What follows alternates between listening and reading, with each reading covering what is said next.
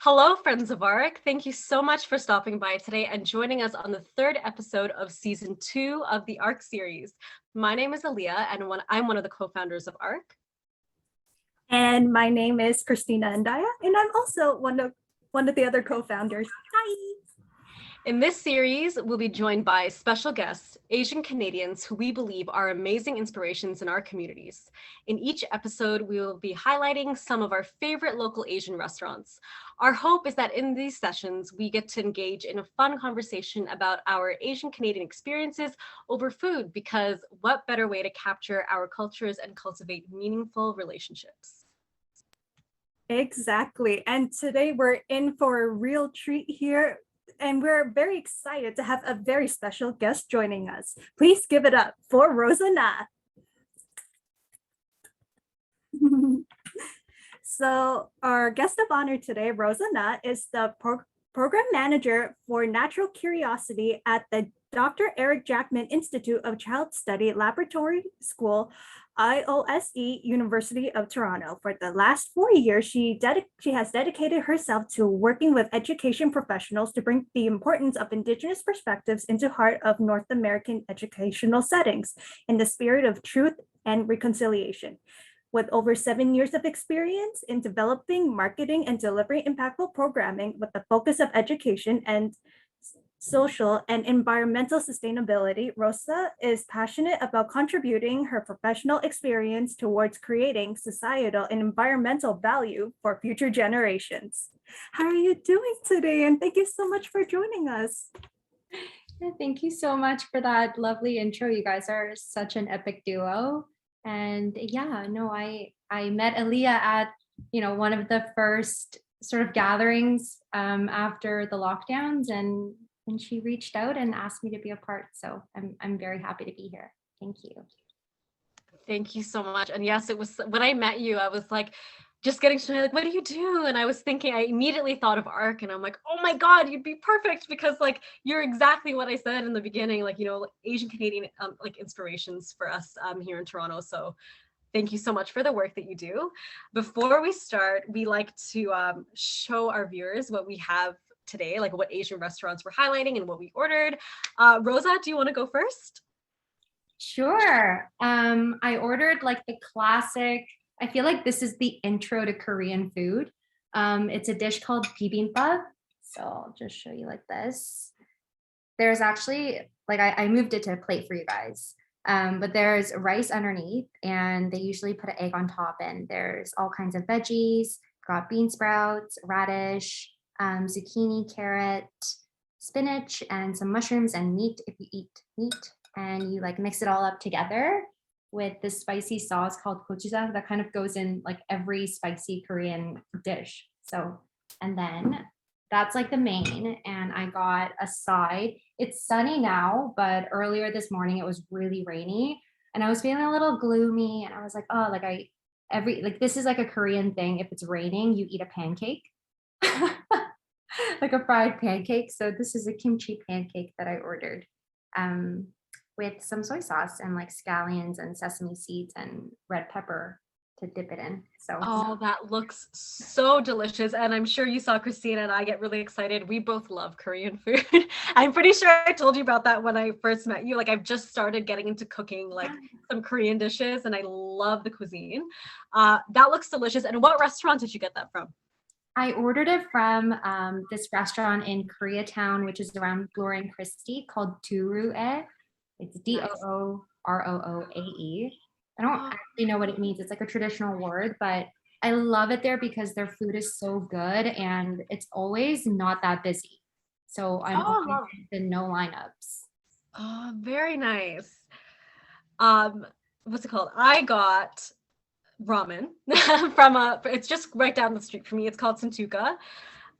So I have a seaweed salad. I got vegetable gyozas, veg ramen. I just put like extra beans, like bamboo shoots. And for dessert, I got mango mochi. So good. So much for me right now, but it's fine. Christina? First of all, I would like to point out both of your meals look fire. I love the ramen. I love the bibimbap. You can't go wrong with bibimbap whatsoever. I could have eaten bibimbap, but I'll maybe another day. So today I've ordered from Kinton Ramen along Bloor near Hyde Park. So I got the veggie shoyu ramen. Sadly, I can't eat meat at this time because it's Lent and I kind of gave up red meat for 40 days. So I also got takoyaki. Ooh. And let's see what else. I tend to order a lot of stuff on the show. A tofu fry, which is basically tofu nuggets. Veggie gyoza. Kimchi, which is like the closest thing I would get to a Korean element on this episode on my end. Oh, and for dessert, I ordered matcha cheesecake. And sadly, I ordered ramune, but it's not included in my package. So I'm gonna have to have a talk with them after. But have bon appetit. Oh my gosh, that's amazing. I love that you just went all out.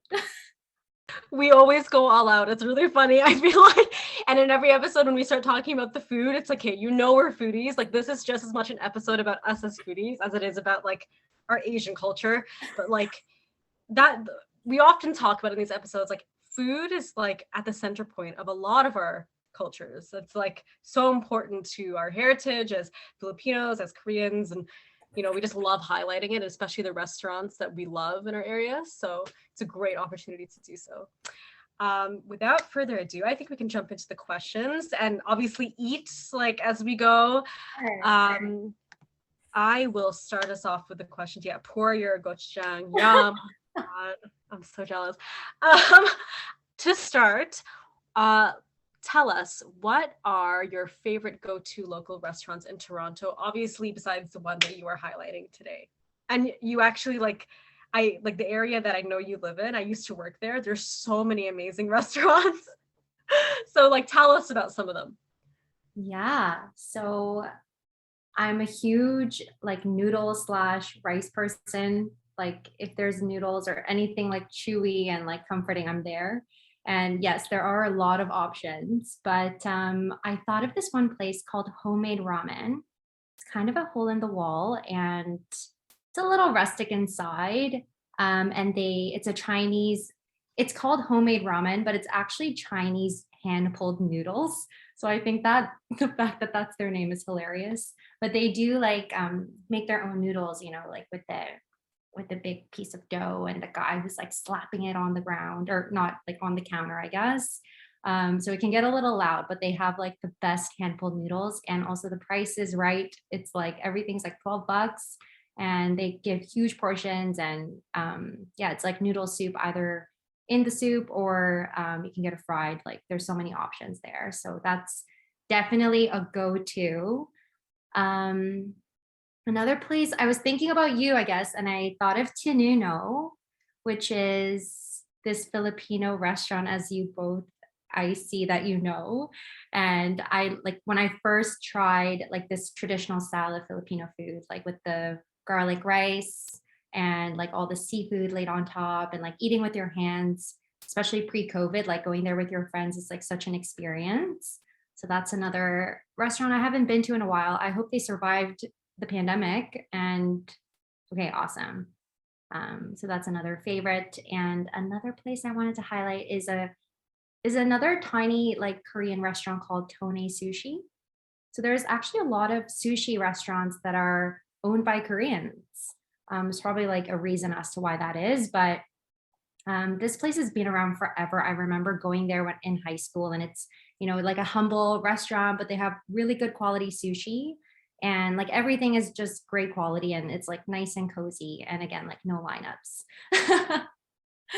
That seems to be something that you love. Like you're not about to line up and wait for a seat or wait for your food. But it also sounds like you're drawn to the like hole in the wall, like restaurants, but have like the really homey good food, which I also love. And I'm sure most people are like, where are you going to get the best food? Sometimes like, yeah, if you're craving the keg, I guess, but like sometimes the best meat or the best like quality food you'll find in like the tiniest restaurants in Toronto. So like, I love that you pointed that out. Yeah. For myself, I mean, I've lived in many places in Toronto. So I used to live on the Danforth, and I love this restaurant called Mocha Mocha. They have really yummy, like great vegetarian options, like delicious food. So that's one I would highlight in the Danforth. And now I live Midtown. Santuka is definitely one of them when I'm always feeling soup. Like I'm saying when I'm feeling soup, like Patrick, my fiance, will always say like, "Oh, what are you feeling?" And it's like, okay, it's pho, it's ramen, like whether it's raining or sunshine, like summer or winter, that I just love soup. Filipino soups, I love sinigang. So Santuka is definitely a go-to restaurant for me. All the sushi areas here. There's Sushi Supreme. There's another sushi place. There's actually a really cool restaurant here. If any of you like Indonesian Dutch food, like it's called Little Sisters. It's a great fusion restaurant. I think it's Indo. Am I saying that? Is it Indo and Dutch? I think that's right. Oh my god. If it's not, we have to edit that name. But yeah, like Midtown's great for food. So like that's one thing I love about this area too. And a lot of little hubs in Toronto, you can just walk downstairs and start walking. And like either direction, you're gonna find some really great, like a variety of different cuisines. And as a foodie, as you can tell, like that's something I love. Christina, like what are your go-to restaurants? Let's see. So in terms of sushi here in South Etobicoke, it would have to be KMB sushi for starters. If I'm craving for Thai food, it would be on Mimico Square along Lakeshore, and it's called Niman Thai. So it's one of my favorite spots, especially for like good Penang or Penang curry and rice. If I'm living on campus, which I am currently until by the end of the winter semester, it would have to be Goncha because it's like my favorite go-to bubble tea spots to to have. And honestly, I recently tried their bubble waffles too, and it tastes pretty good. Sorry, what was that on campus? What's the name of that place? Goncha. Where is that? All right. So at York University, so it's like at Sentinel and like the quad. Yes. Not that well, but I know what you're talking about. So around the quad area, there's Goncha, and then Oh my and God. there's also like these other places too. I Like haven't been. When I'm on campus, I need to like message you and be like, where is this place? Come with me. yeah, and it's honestly it's like a 5-10 minute walk away from my residency. Oh, nice, nice, nice, nice. Yeah, What's it called? Do you want to jump to the next question, Christina? absolutely. Oh yeah, I would like to point out the Korean rice dogs for the win. Oh my gosh. Yeah, those are like such a fad right now. Yeah, and for good reason too. And yeah, and for the second question, Rosa, if you don't mind me asking, what inspired you to work with education professionals to amplify Indigenous perspectives in educational settings? Oh, yeah, that's a lifelong sort of response, I guess, that is being lived in my life. So I guess I'll go like all the way back to when I was a kid. Um, I've always been very passionate about environmental causes, and I've always wanted to learn more about, why the relationship that we have with the earth is the way that it is. So I pursued environmental sciences in university, and I just like knew that this is what I wanted to do in my career. And I initially kind of started out wanting to be in the science field because I like wanted to have the facts and the numbers as to what is happening and raise awareness about climate change and all of the other sort of ecological crises of our time. And the Indigenous piece sort of also was, yeah, the connection wasn't always there from the start, but I always really respected, Indigenous cultures. And I actually had a pretty life-changing experience when I was 14. I think I had to do my like 40 volunteer hours in grade 9, like it's like a fulfillment. And I was telling my sister, like, oh, I don't know, like I want to volunteer somewhere. And she said, oh, my friend works at a church and the church goes up to an Indigenous community to do volunteer hours. So I went up to, this reserve called Magnetawan when I was 14, and it was, with the church. So it was actually considered to be a missions trip. And I had no idea, like, I'm not Christian, I'm not involved with the church. I didn't know what a mission was. And so I kind of had this like very interesting experience as a very young person. First, like meeting Indigenous people on reserve for the first time, and kind of like getting to know them without any, preconceived notion of who they are and why they're there and why we're there volunteering. And so I guess as I was growing up, I was kind of trying to find their answers as to like, why was I doing that? And kind of learn the hard and difficult history of this country. And I knew that, now being in environmental education, when you're talking about, whether you're supporting environmental causes, when you're working in this space, connecting with Indigenous people and their perspectives is so important. And so that has kind of become a combined passion. So that's a really long answer to your question. And I'm still figuring it out. Like we're all still so young. And I think a lot of people in our generation kind of have this awareness and understanding and want to do right within, the appropriate space that they themselves are in. Like I never claimed to be doing Indigenous education or anything like that, but always thinking of ways that I could utilize what I know how to do to support, Indigenous sovereignty. And that's part of being Canadian. I just I wanted to share with you guys, there's actually another incredible Asian Canadian woman named Justine Abigail Yu, and she runs this magazine called, I think it's The Living Hyphen, and it highlights stories of hyphenated Canadians, so Korean Canadian, Filipino Canadian, and amplifies their voices through these lovely little quarterly magazines.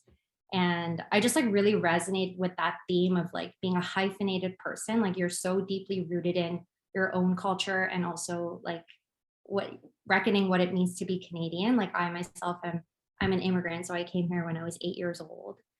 And so just like figuring that out, and so much of that identity of being Canadian is seen as something so positive for a lot of immigrants, but then now kind of seeing the other side of it. And we have a unique sort of responsibility and experience, I think. That was a beautiful, well-articulated response that covered so many grounds with the immigrant story, the hyphenated individual, but also you can't talk about environmental justice, and in my field, animal justice and animal rights, without acknowledging Indigenous sovereignty and the history, the very dark and awful history of what it means to be Canadian. And actually, like, same thing for me, always having a love for animals and always being wanting to advocate for those who can't speak. Growing up, and I think in high school, that was the big, like when I watched, it was a documentary, I think it was Food Inc., that really turned me like, I hate factory farms and I hate everything about any industry that exploits animals. That was my kind of entry point. And I think for many people, there's different entry points that lead into realizing that, how important it is to like immerse yourself in environmental justice and live a more sustainable life.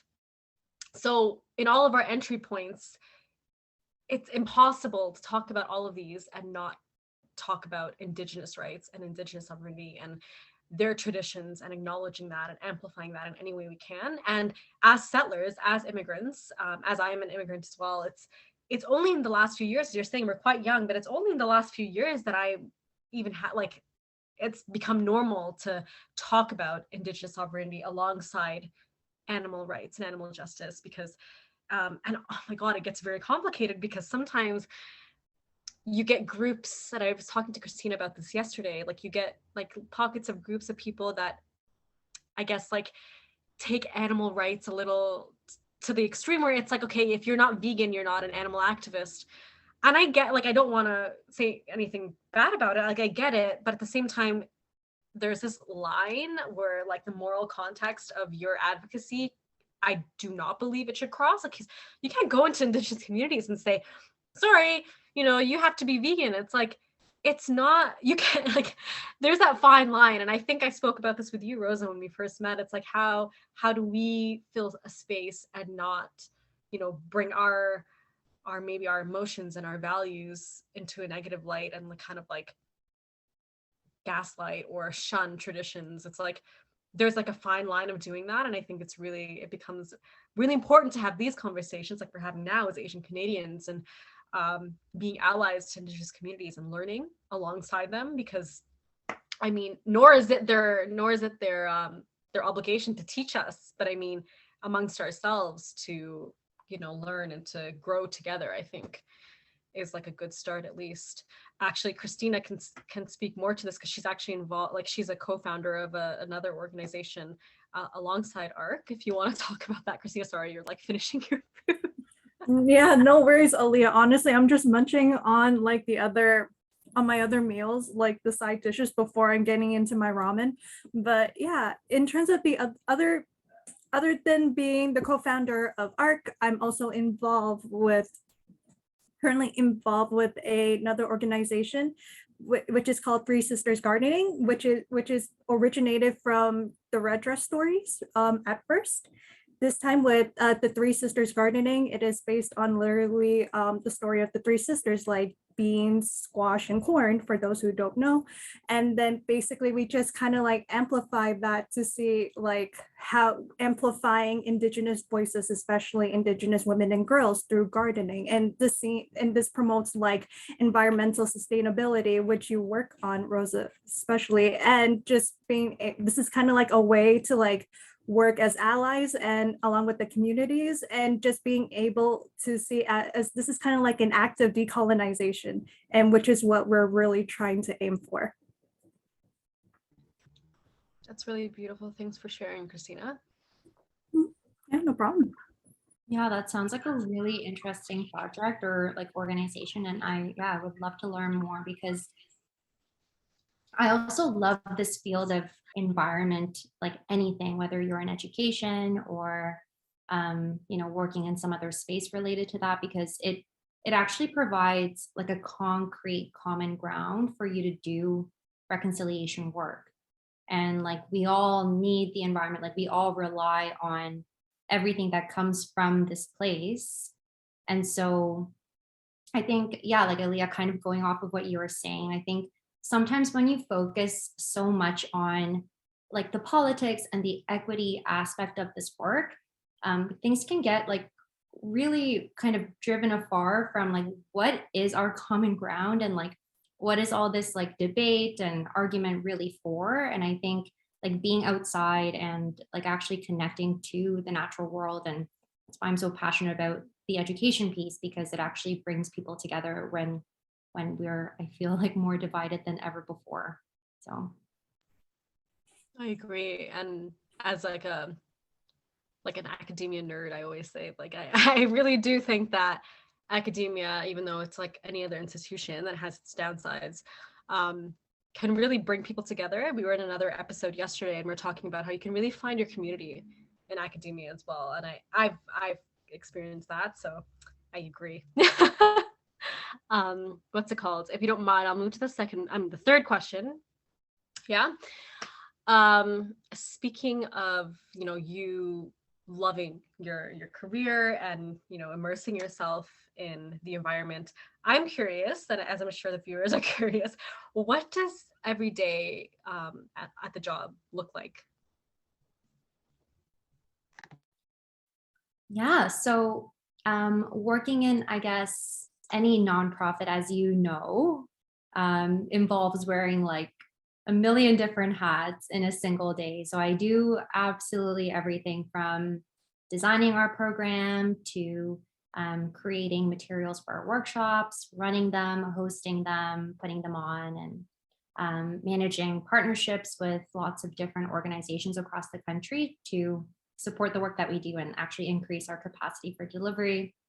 I've recently had to learn how to do fundraising and budgeting and operation. So like time management and organization is like, I know everybody says, you know, they put it on their resume and like kind of throw these words around, but it is of the essence in actually, you know, making sure all of the work that needs to go into doing this good work gets done.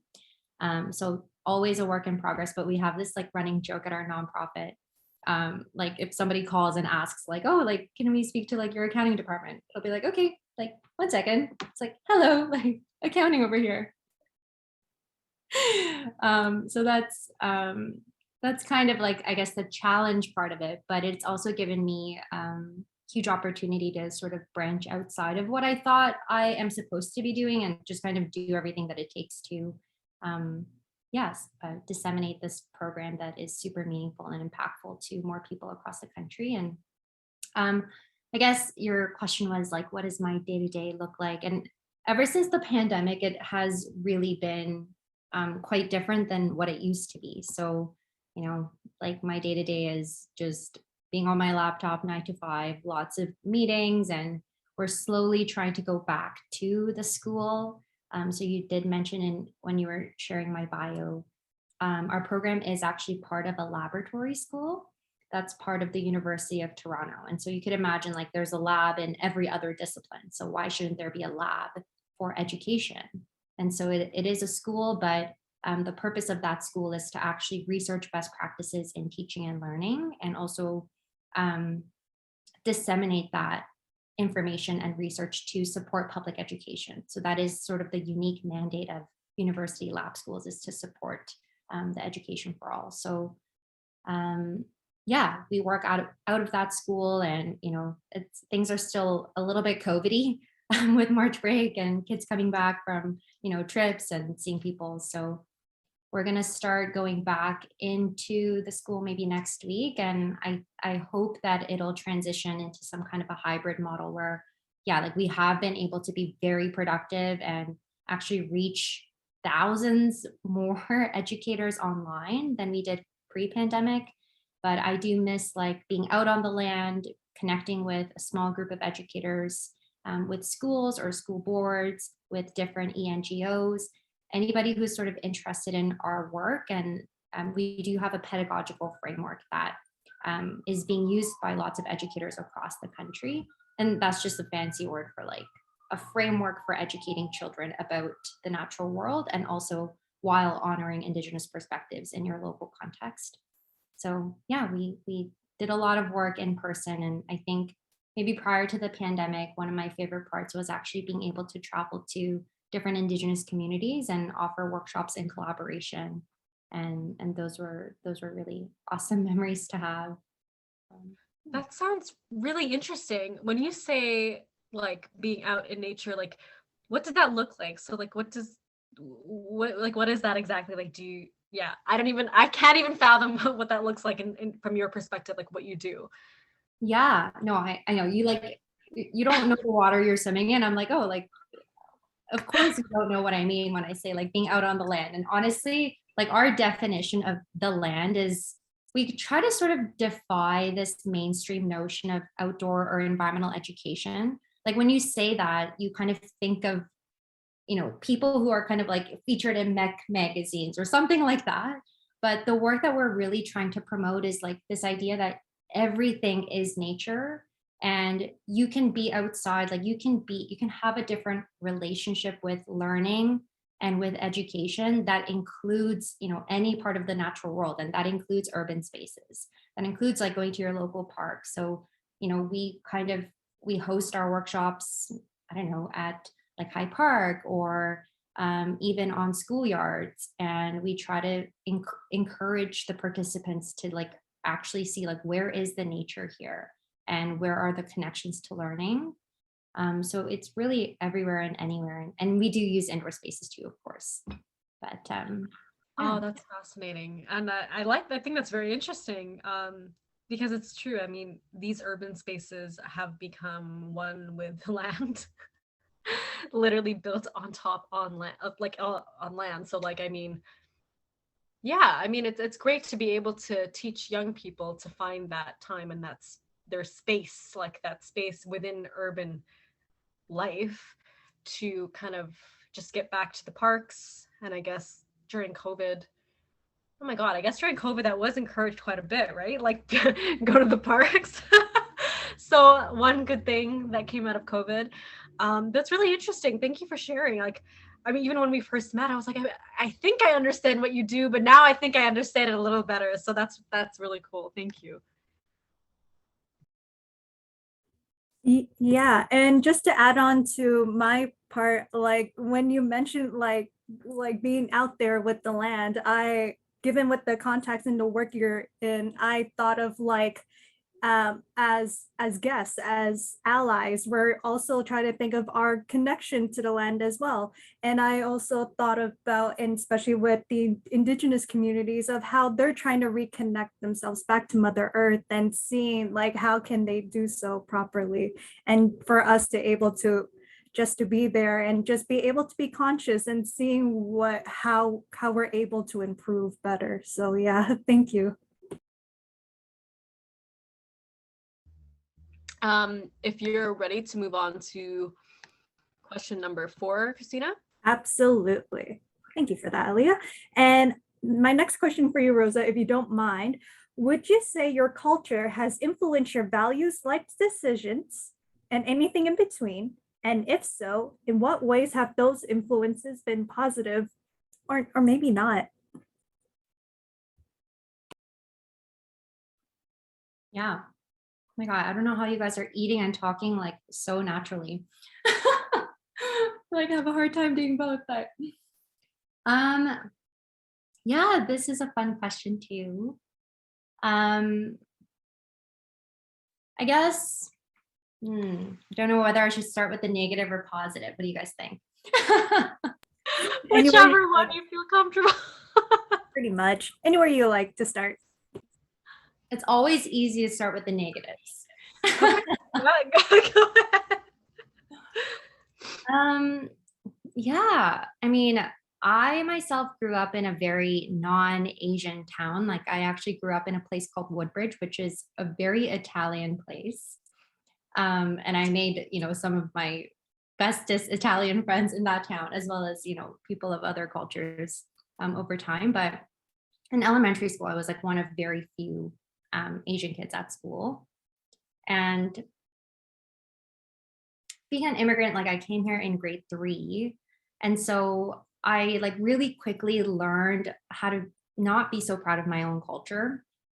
And really it wasn't until high school that I made lots of friends from different nationalities, and kind of, through seeing how they related to their culture and they're proud of their cultures, I've learned to sort of embrace my Korean background as well. I guess the reason like why I kind of quickly disconnected from it is because you come here and you don't like, it's really easy to get bullied, and I don't really think that I did, but I was actively trying to prevent that from happening as a little kid. Like I just wanted to have friends, and actually even my name Rosa is a random name that I made, and like I gave myself this name because my parents sort of said like, you probably need an English name to sort of like fit in. And so I think I kind of internalized that as well, and just like didn't really want to share my culture until even like in my late university years. And so I guess the part that experience has served me, like, of course, I like totally embrace being Korean now. And like, I always did. But it was hard to sort of bridge that with like my school life and then my social life and then now like my career. And I still am in like a very white space. Like I feel like being in environmental education, there still isn't that much diversity, especially with Asian Canadians. I think there's a lot of interest, but maybe like for their careers, they'd rather go into a different profession. Or at least that was the pressure that I experienced, to go into business or to go into, something more traditional. But I also think that it has served me because I think that's part of the reason, like that disconnect that I had with my own identity and like my nation and my culture, and like physically also like kind of being forced to come to a new country because I was so young. It's allowed me like the capacity to be empathetic towards other people who are experiencing this. And I think that's probably the reason why I'm so passionate about Indigenous causes and like supporting Indigenous rights and their right to reconnecting to their cultures and who they are. Um, and yeah, and I guess I've always sort of followed my heart in terms of deciding what to do with my life. And I think that has served me because it's something that I've always wanted to do. And I didn't really succumb to the pressure of what I felt like I had to do for my family. Um, so yeah, I don't know if that answers your question. No, it does. And lots like this, that's kind of a common theme, I guess, across even season 1 of ARC, and getting to know our guests and sharing our stories as well. I mean, growing up as an immigrant Asian Canadian Filipino, I was like, all I wanted to be was white when I was little. And I was so adobo, like I didn't want to bring adobo to school for lunch, like it's stinky, like I wanted Lunchables. That, like, the thought of that to me now is absolutely absurd. Like, why would I want Lunchables over like delicious home cooked Filipino food? Which now I like miss so much because I don't live at home. But like when I'm there, I'm like, Dad, like cook my favorites. But yeah, it was like pretty extreme for me. Like I didn't at all want to be Filipino, and I think a lot of that is like the colonial history of the Philippines as well, and being very mixed, you know, and wanting to look a certain way, to fit a certain profile.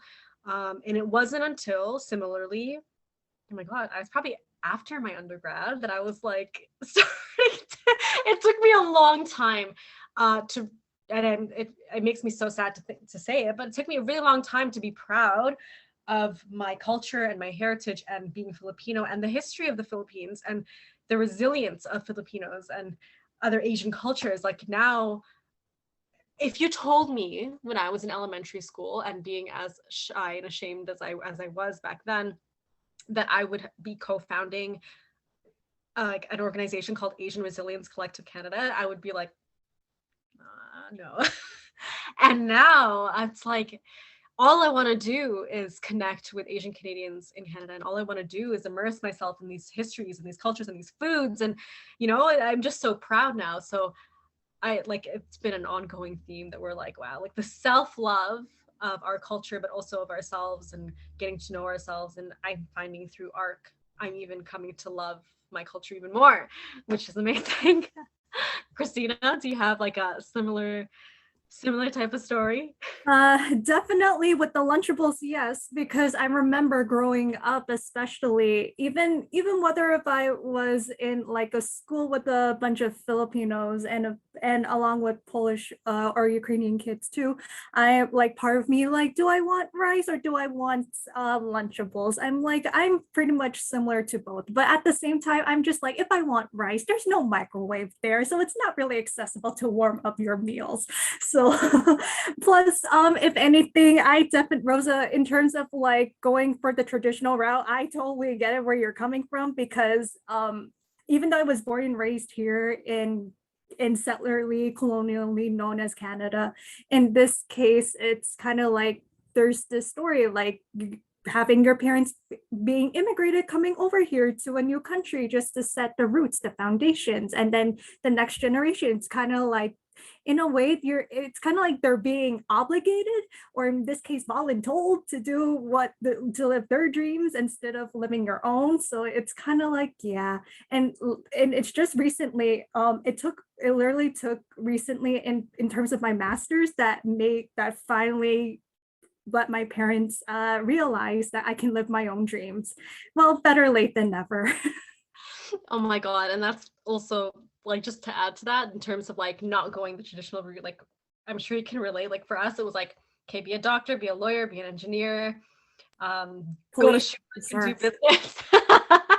So it was that for me too, growing up, and like even until now. So I'm finishing up my master's, and I'm starting my PhD in September, and it's not like I was joking with my mom, like, look, mom, I'm gonna be a doctor, but like not a medical doctor. And it's like having to explain that, I think, to your Asian parents is like one of the funniest things, because first of all, they're like, why would you want to do that? Like, why don't you just want to make money? I'm like, I don't know, maybe I'm a little crazy, but watch the episode before this to find out more. We're talking about education in the previous episode, but I think it really comes down to, and we speak about this in season 1 a little bit, because we're immigrants and our parents, a lot of our parents have struggled and know the struggle of the immigrant struggle. They want nothing, like, all of this comes from a place of love, and they want nothing more than their kids to be secure and stable. And stability in a lot of our cultures comes with financial stability. So I now, as a little older, I understand the importance of financial stability and how difficult it can be to be a student and a broke student sometimes. So I totally get it, but I'm also very lucky to have their support. So yeah, it's an ongoing conversation.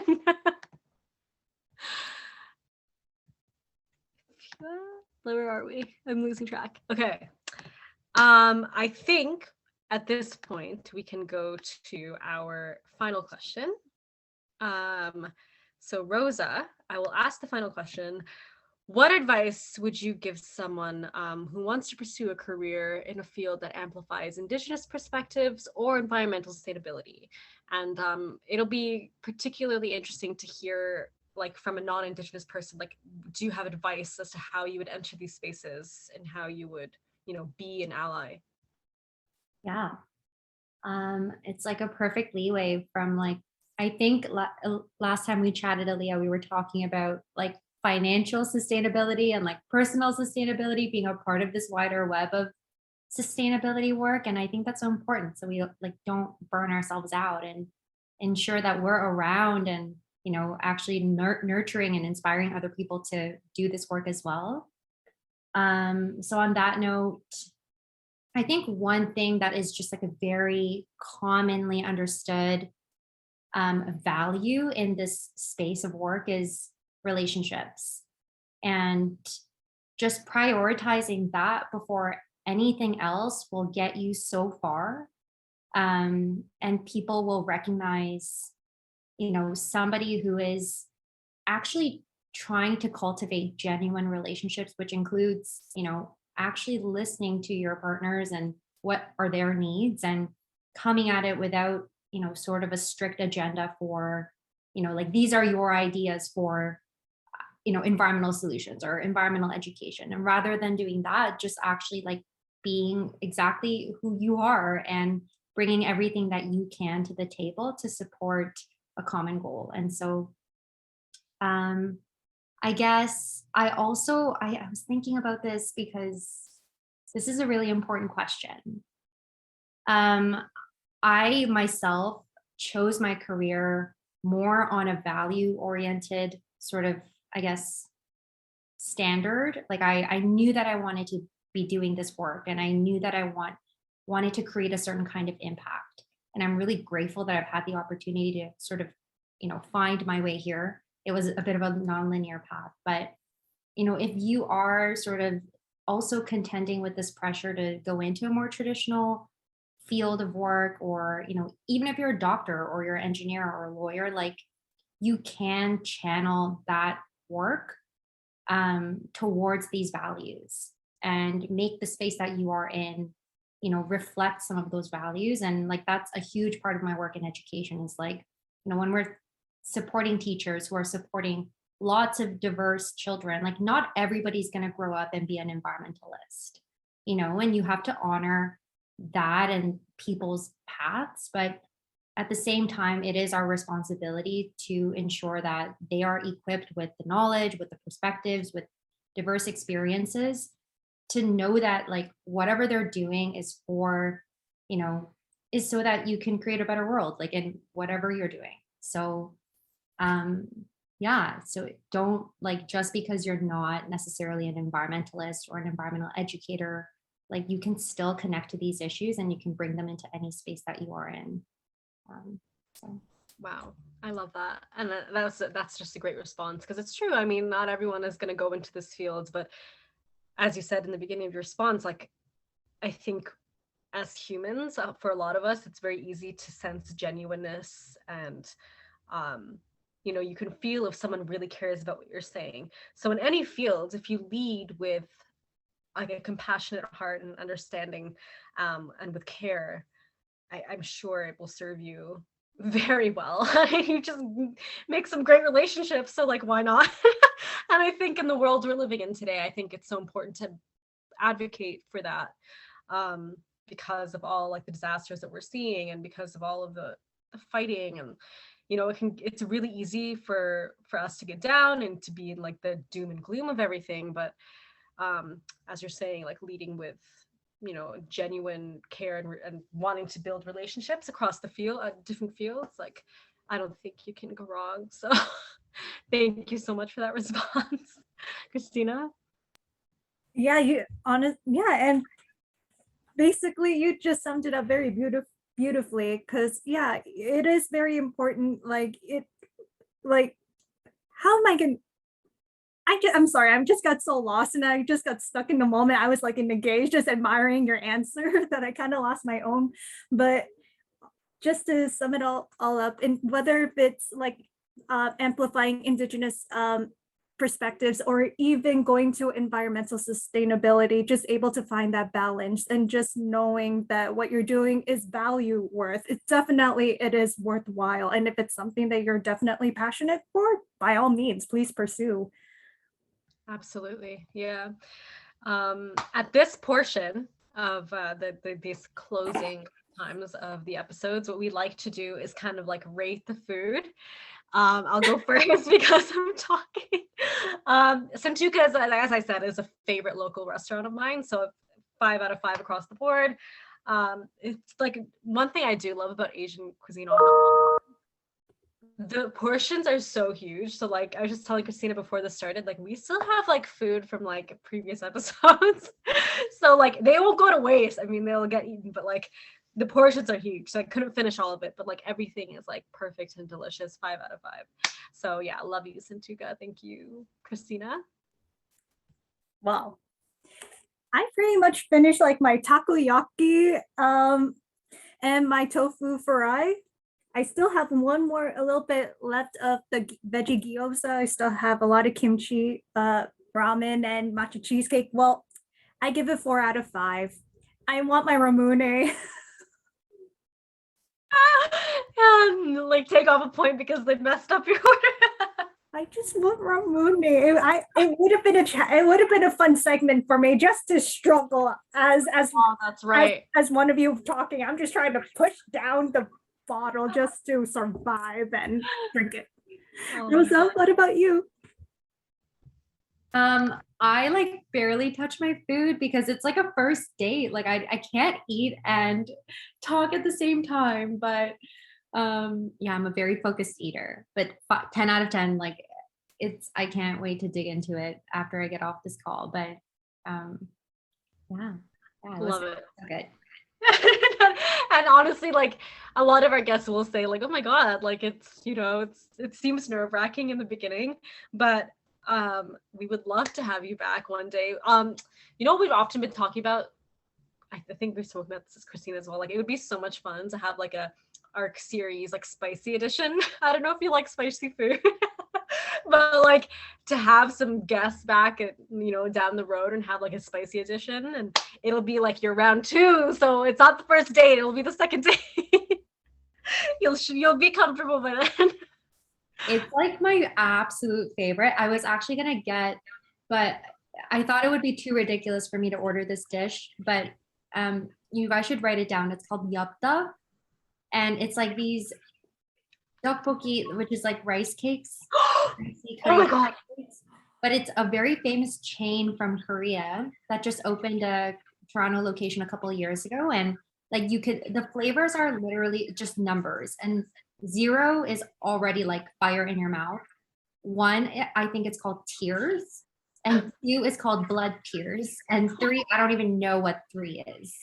So I was actually gonna get that to eat it with you, but I would not have been able to talk because usually I like to try. That's so funny. I think I know what you're talking about. I think I had it a few weeks ago. Like you can get it with cheese Yeah. and like rosé sauce.